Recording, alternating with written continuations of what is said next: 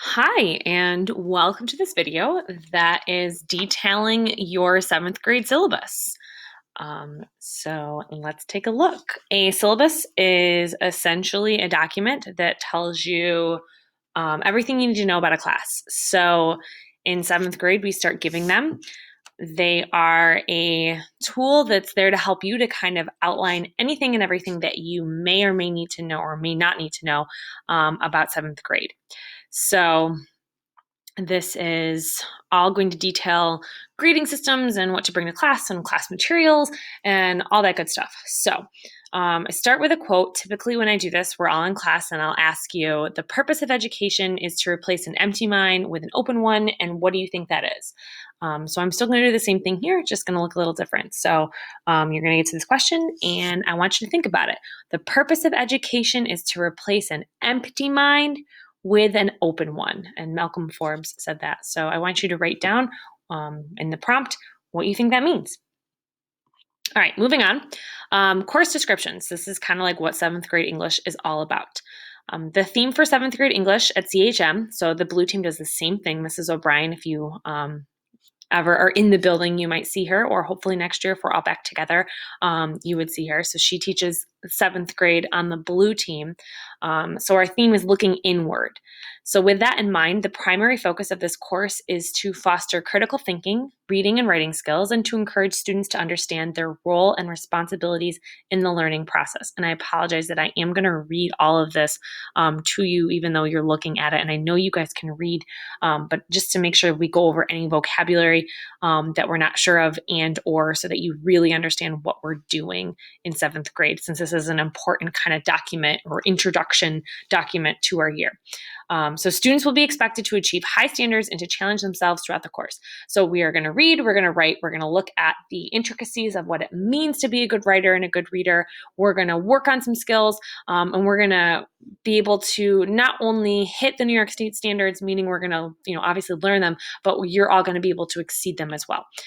So that's where we do in 7th grade. We look at ourselves and that's our focus, and we do all those other things while looking at ourselves and who we are as people and what we expect to achieve as people, and what our role is in, society, in the classroom, and, like kind of, I guess, in the world, if you will.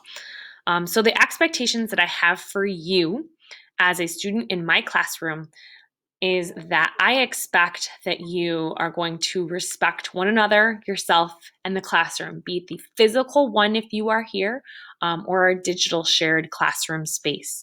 So that's a big expectation, because respect, if we have nothing else, we're sunk. So we have to have respect for one another, and our physical classroom, even, and our digital one. So making sure that we're appropriate, respectful, polite, and even if we don't like someone, that we're being, at least tolerable.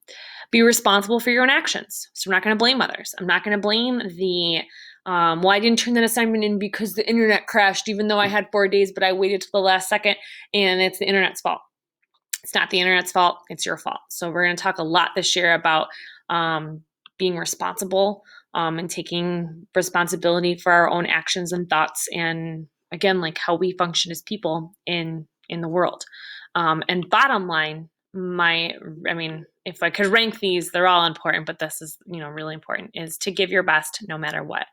I 100% understand that reading and writing, that English in general, is not everyone's favorite subject. As much as I would love it to be everyone's favorite subject, it's not.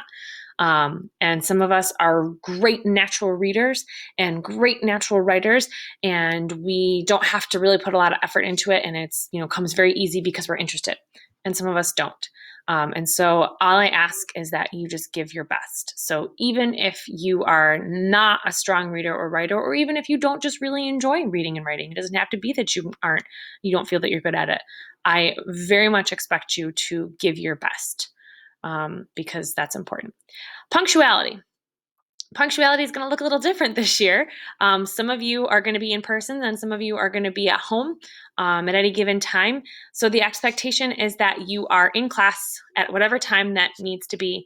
At the start of class, you need to have all your materials. So nothing can be, I don't know where else would be. You don't have lockers this year, but you need to have all your stuff ready. So if there was a homework assignment due, that's done. You're not working on it then. That you have all the things in front of you that you might need, index cards, something to write with, your Chromebook.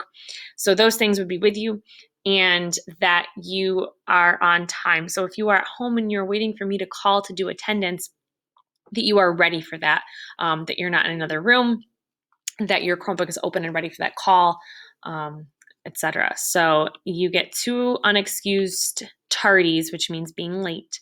And then a third, we have to evaluate what that's going to look like. So if you're at home, we would talk and we would figure out what the issue is. And if you're here, we have other issues because there's no reason for you to be late when you were in the building, especially since there are no lockers for you to be hanging out at. Homework's going to be a big change in 7th grade. And I know some of you had homework in 6th grade, but I promise you the difference in 7th grade to 6th grade is just, there's a list. There's a list of differences. And homework is always a big struggle for my 7th graders. Homework is due at the beginning of class unless I say otherwise. So 9 times out of 10, that's going to be the case. Maybe even closer to 9.9 times. So you may hand an assignment at the end of the day, so either digital turn-in and or whatever, for a loss of half a point. And then for each day the homework is not handed in, it's a loss of point per day. So if it's a 10-point homework assignment and I didn't have it ready at class, but I have academic support and I turned it in academic support, it's going to be half a point off. And so it'd be like your max score of a 9.5 or a 95.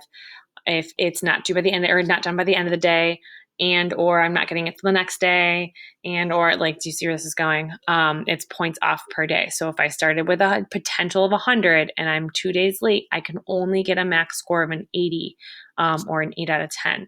So obviously I understand that things happen. So please discuss with me at any time before an assignment is due if there's special circumstances which prevent you from completing your work on time.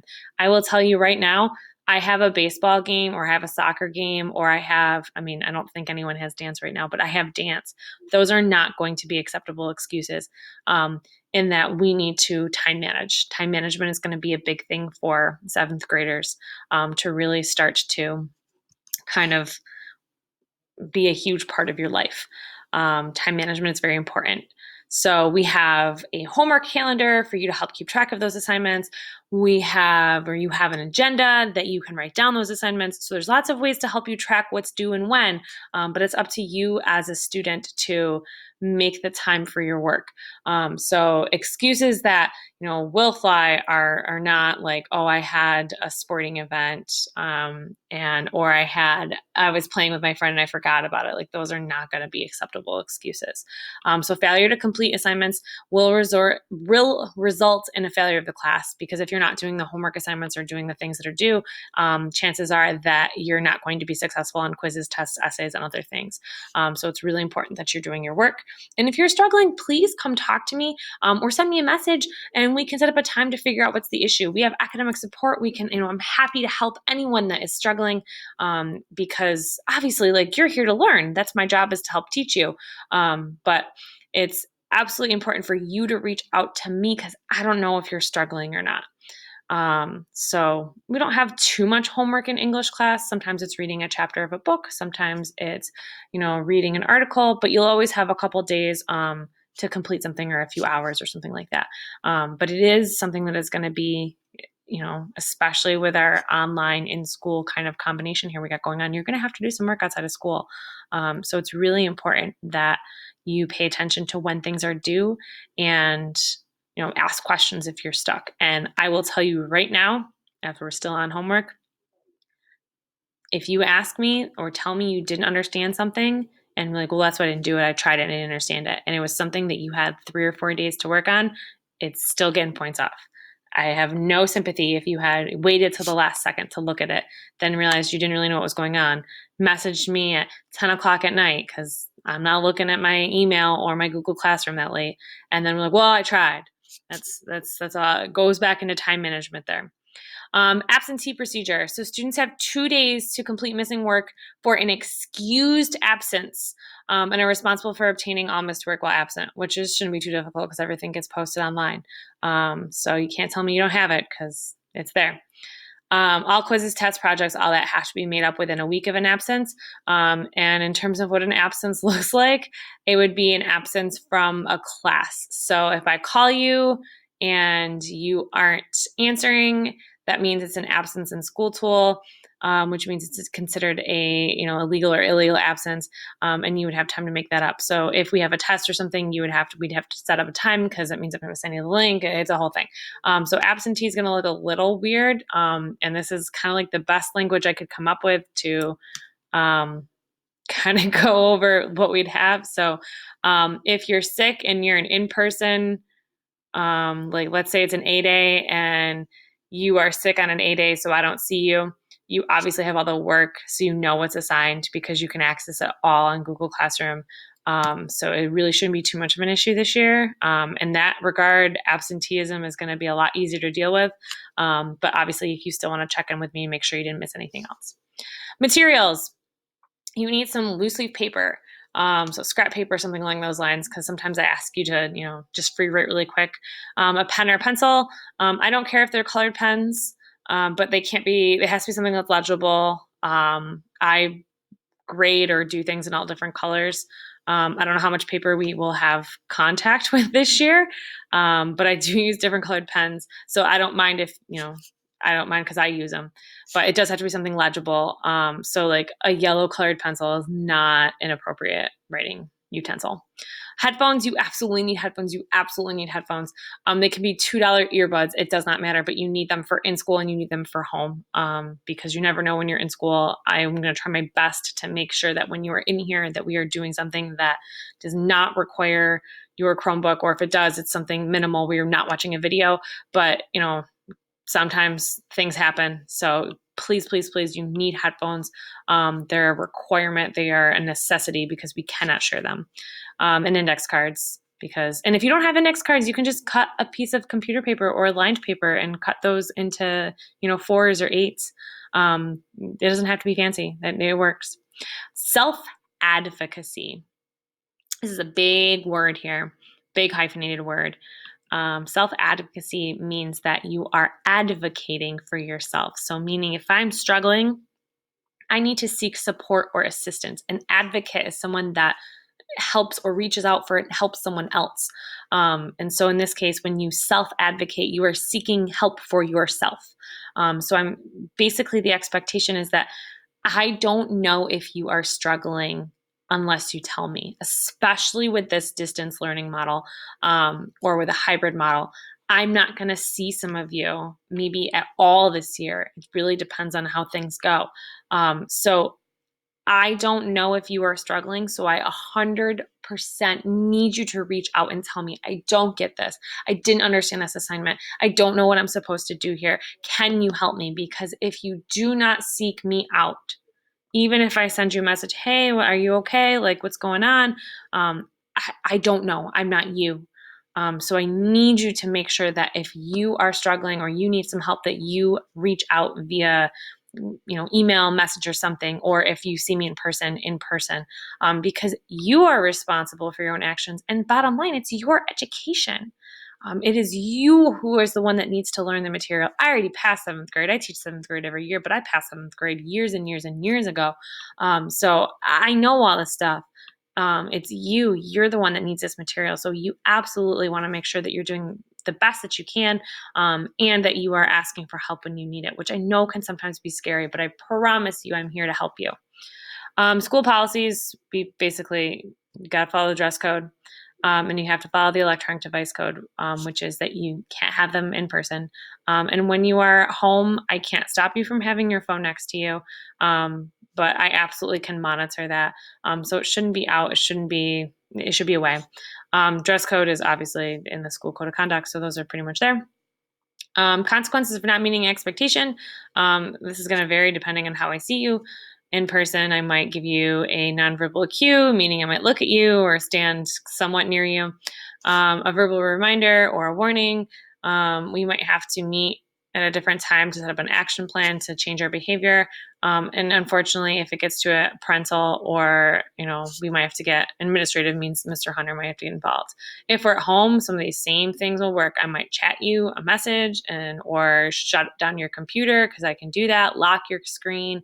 And again, if it's really an issue, it might be talking with mom and dad, or whoever else is at home. Maybe you're at grandma and grandpa's while mom and dad are at work.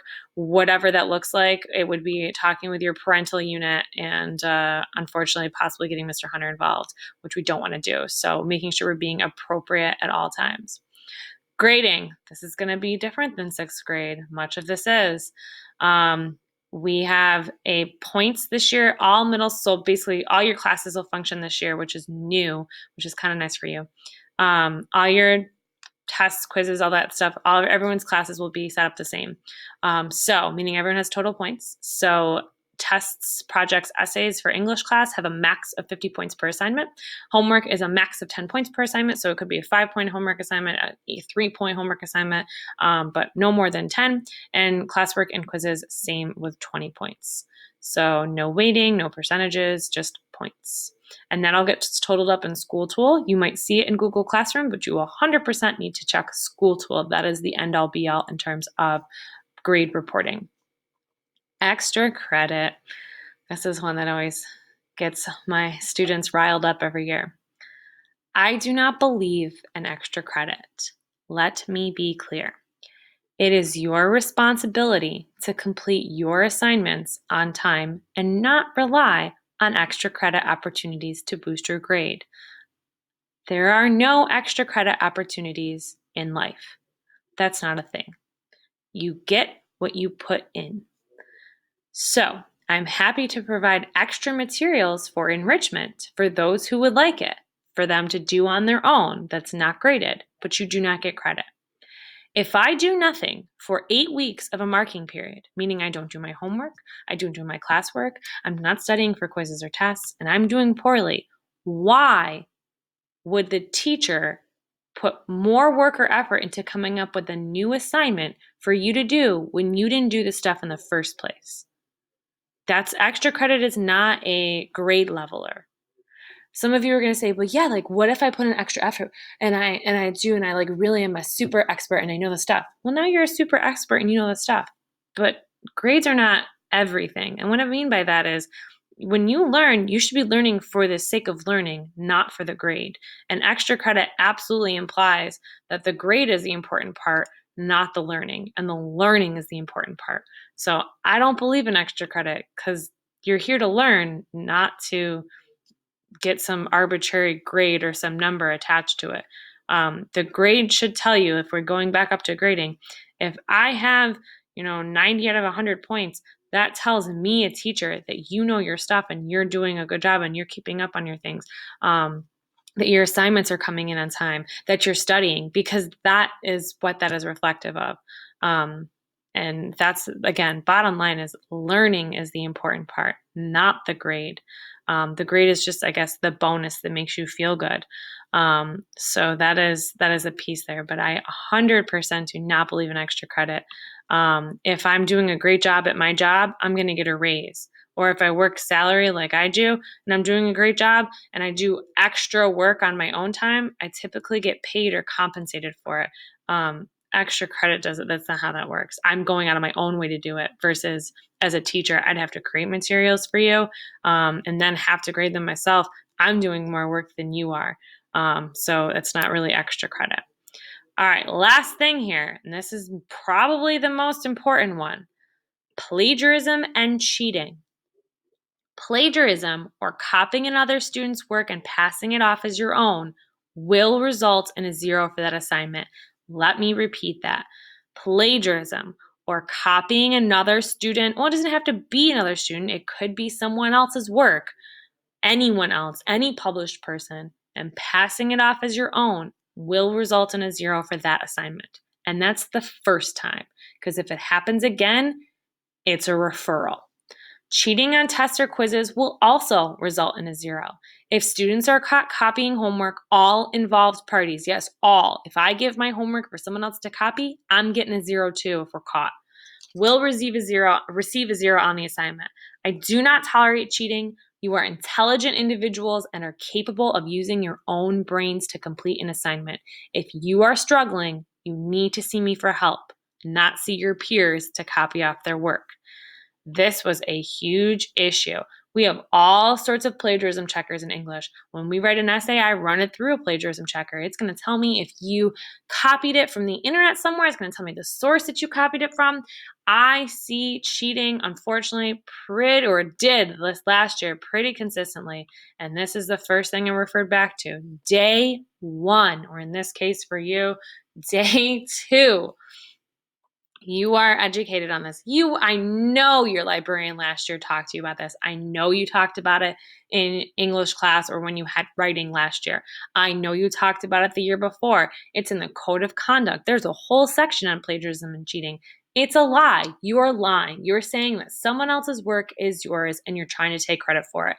And that's not acceptable. It's not acceptable. You are all intelligent and capable, and it's ridiculous for you to even think that it's okay to take somebody else's work. So no, if I ask you to work on something with a partner, you come up with your own stuff. You may brainstorm together, but you write your own sentences, your own things, because that's where individuality comes from. I didn't ask for if one person's thought on the matter. I asked for everybody's. So it's important that you keep that in mind. And I'm not kidding. You will get a 0. I've had kids cheat on quizzes, 0. And they said right after, no, you're right, I was cheating. I've had people cheat on assignments and the warning goes out. You get a 0. If it happens again, it's a referral and we do have to talk to your parents and you do get to talk to Mr. Hunter. It's not okay. So that's the syllabus. That's kind of 7th grade. Sorry to end on such a rough and tough kind of note, but when we're talking about reading and writing, you can't be cheating. It's not okay. You're here to learn. You're here to grow. I understand that. You're here to make mistakes. That's the best part about being in school is getting to try all these new things and see what works and doesn't work. And that's kind of where we are this year. We're going to read some things.